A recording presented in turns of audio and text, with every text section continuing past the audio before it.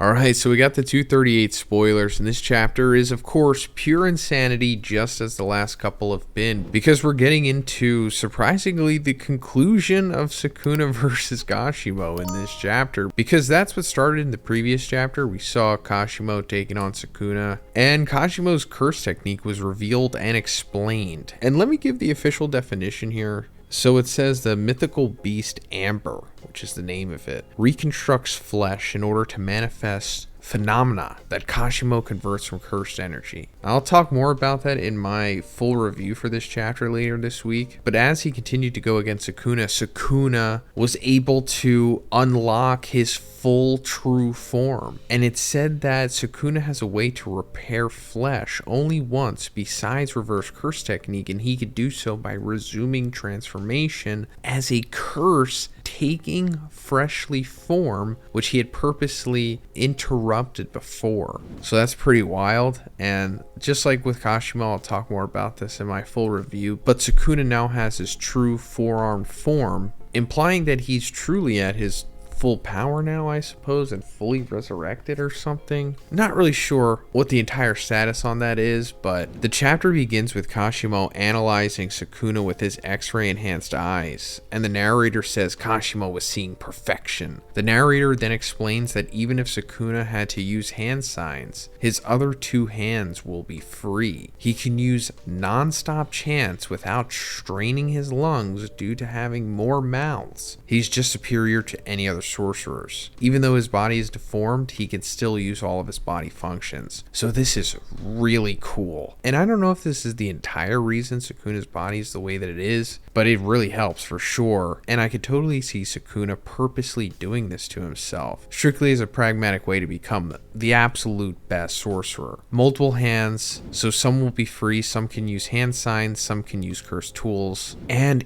he does actually have a mouth on his stomach, as we've been speculating about for years since we saw that cover page. And the mouth seemingly is to perform chants so that his main mouth doesn't have to do it without straining his lungs, which seems a little unnecessary. So I think that this mouth has multiple purposes, probably. Like, I'm assuming he's eating people with this thing, right? I mean, he took a chunk out of Angel, and also him being able to make that huge mouth is still a thing that he can do and still not explained. I guess he's like altering his soul or something, but I also think that he's a composite of two people, like his brother or something, like a conjoined twin possibly. But anyway, Sukuna had finished off the 5 Void Generals and Sun, Moon, and Star squads of the North Fujiwara clan, and also made the Desichin squad of the Sugawara clan and Angels from the Abe clan retreat. So this is Kashimo going over Sukuna's achievements, I guess, from the Heian era, and possibly even before that, maybe, probably from the Heian era, just exclusively. So the 5 Void Generals, the Sun, Moon, and Star squad of the North Fujiwara clan, we heard about these individuals from Uro, who, by the way, Uro is still out there. Like, she survived, I'm pretty sure, right? She's still alive. I don't think Kenjaku killed her, but Kenjaku did say that he was going to take care of the rest of the stragglers in the Culling game, and she is technically one of them. So hopefully Kenjaku doesn't kill her, so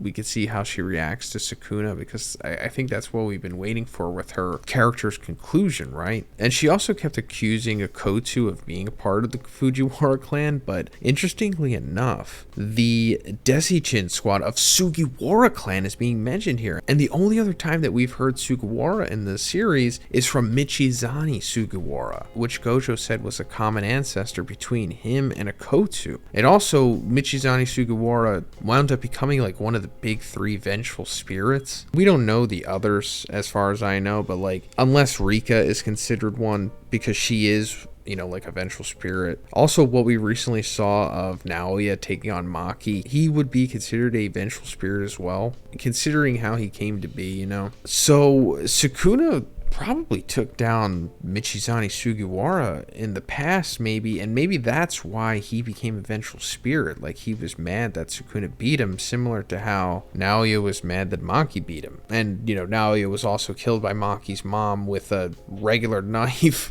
And when a sorcerer is killed without jujutsu, he becomes a cursed spirit. So, really interesting stuff here. I hope that Gege gives us a Heian era exposition dump, or history, or a brief on history, or a Heian Heian era flashback arc. That's asking for a little too much though, right? Kashimo is mesmerized and calls Sukuna beautiful and then proceeds to attack, but Sukuna grabs hold of Kashimo and punches him away. Sukuna begins chanting for an attack, warning Kashimo to dodge it. Gotta love Sukuna here. He's like one of those final bosses that's gonna charge up his move and then just straight up tell you like, hey, you're gonna want to dodge this.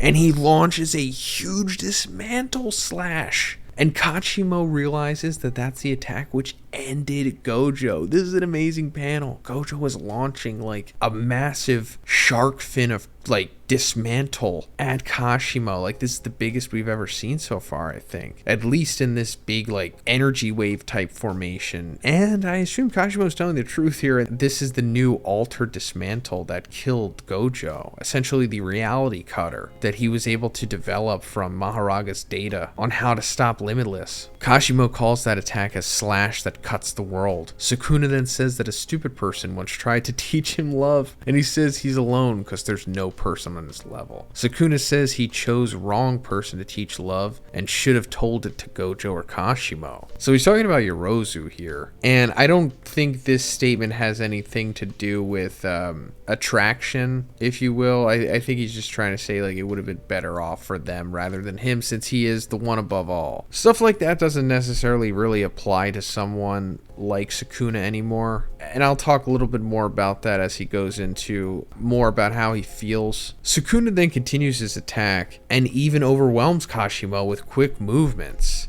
Hey, but real quick, guys, can you follow me on TikTok, please? Yes, I do have a TikTok, and I've been uploading on it for the last couple months now. I have like over 250 followers right now, so thank you guys who are following me. But if you don't have time to watch my full videos during the day on YouTube, you can head over to TikTok and just catch me talking about the main stuff that happens in all of the series in like around 90 seconds or so. Also, please don't leave YouTube if you're going to TikTok. I don't want to divert traffic away from YouTube. But yeah, thanks guys, I appreciate it. Yeah, Sukuna's just overwhelming Kashimo with just superior fighting ability. Like, he's performing way better in the hand-to-hand department than we saw against Gojo. Now granted, he has 2 more arms, of course, but either Kashimo is just that much weaker than Gojo as a martial artist, or Sukuna has just somehow improved that much in this form. Like, I'm pretty sure Sukuna is like smiling while he's beating him down. Then as Kashimo's about to fight back and try to counter, it's just over. There's literally a massive wall of dismantles that wind up making a net that take up all of Kashimo's field of view. Like, think about when like the boss of a game launches that massive attack at you that takes up the entire screen and you can't really do anything about it. That's essentially what's happening to Kashimo here. And he's meeting the same fate as Gojo, meaning that he's getting hit with this reality cutting dismantle, and before we see it happen, it cuts to a dream slash death sequence where they're suddenly in this afterlife waiting room talking. And as with Gojo, we saw that he's with the other deceased sorcerers. But now with Kashimo, he's with Sukuna, and they're both wearing like, you know, traditional Japanese clothing. And at first, Kashimo looks like his older self that we saw making the deal with Kenjaku, and then he conversed to his younger self. And Sukuna says Kashimo must be challenged by many guys in an attempt to get knowledge from him, and Kashimo must have killed those people by his hands. And Sukuna then asks if that's not showing mercy, then what else is? Kashimo reverts back to his current form as Sukuna continues to say that we, the strongests, are loved because we are stronger. Then why worry about loneliness? Kashimo then asks that should have satisfied Sukuna, but why did he still travel to the current time by splitting his soul? Sukuna says after understanding, he can declare that love is trash. Sukuna says he's never thought of being satisfied by another. He eats when he wants to, he'll kill if someone's an eyesore, or play if someone seems fun. He just lives at his own scale, and if others can't measure him, then it's their problem. When Kashimo asks if he was bored, Sukuna says the flavor of humans are diverse and ephemeral. It's perfect to sip on it and kill time until he dies. So this is all really interesting stuff here, and I'd love to go more into this in my full review of the chapter. But yeah, Sukuna for sure eats people, which I think this is confirming here, but Also him going into like love not being necessary, and I think Sukuna's going to have a change of tune once he fights full powered Yuji probably. I mean, I think him defeating Gojo made him feel this way now. I mean, I'm pretty sure he traveled to the future here, as Kashimo asks him, to fight a worthy opponent. Like, it seems like that's why he ultimately came here. Like, Kenjaku was like, hey, you know, I see that you've defeated everyone, but what if I told you that, you know, in 1,000 years or whatever, I can give you a worthy fight? And maybe that's possibly what Yuji even is. Maybe Yuji was just a little experiment for Kenjaku to make Sukuna a possible worthy opponent in the future, maybe? I know that sounds weird right now, but just think about it. Why is Yuji so freaking powerful and so specific in the way that he was developed than any other character that had a part in bringing the culling game together? You know what I mean? And speaking of Yuji, back to reality, the domain which trapped Hikari and Urarame breaks, and Sukuna notices someone's arrival. So yeah, in the previous chapter, we saw Urarame trying to back up Sukuna from Kashimo, but Hikari came in and activated his domain and trapped them both in it. We don't know what happened, which is fine. We didn't really need to see it. There's time for Hikari and Urarame to fight, but something happened and the domain wound up ending.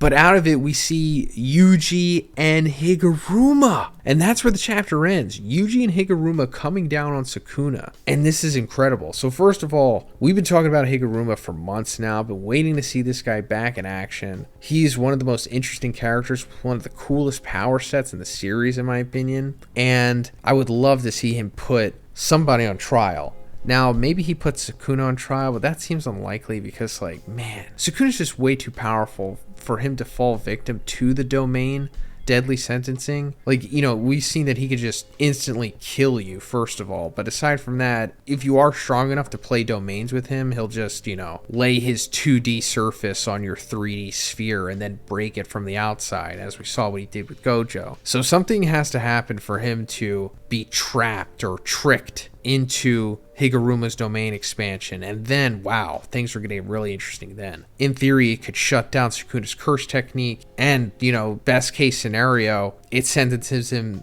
to death, which, you know, it definitely will, considering his crimes, and then it will produce a sword for Higuruma to execute him with that can literally kill anyone. But, you know, we'll see what happens with that. I think Kenjaku's going to have to stand on trial for some reason rather than Sukuna. But as for Yuji, we see him coming down, like I said, and he looks different. His arms have changed. They look like Piccolo's arms from Dragon Ball Z, to be honest. And I don't think we've really seen this before, other than just, I don't know, coming from a curse or something. Maybe the finger bearers kind of have similar arms to this. Now, what does this mean? I have no idea. I thought Yuji learned some kind of body swapping ability. I mean, that's what we saw him doing with Kusakabe during the time skip that just happened before the Gojo versus Sukuna fight, or that's what his ability was implied to be. So now him sprouting these curse arms, not really sure what that is. It could have something to do with Sukuna. You know, now that Sukuna has left Yuji's body, maybe he did in fact leave his curse technique in Yuji and now he's doing it or something. Or maybe this has something to do with the soul book that Sukuna left behind. Maybe Yuji is able to alter his soul and now he's reinforcing his body and it looks like this. Maybe that's what Sukuna has done as well. Not really sure, but I'll go more into it in my review for the full chapter. But let me know what you guys think about this. And if you liked the video, please give it a like and please subscribe if you haven't already. Have a great day and I'll see you in the next one.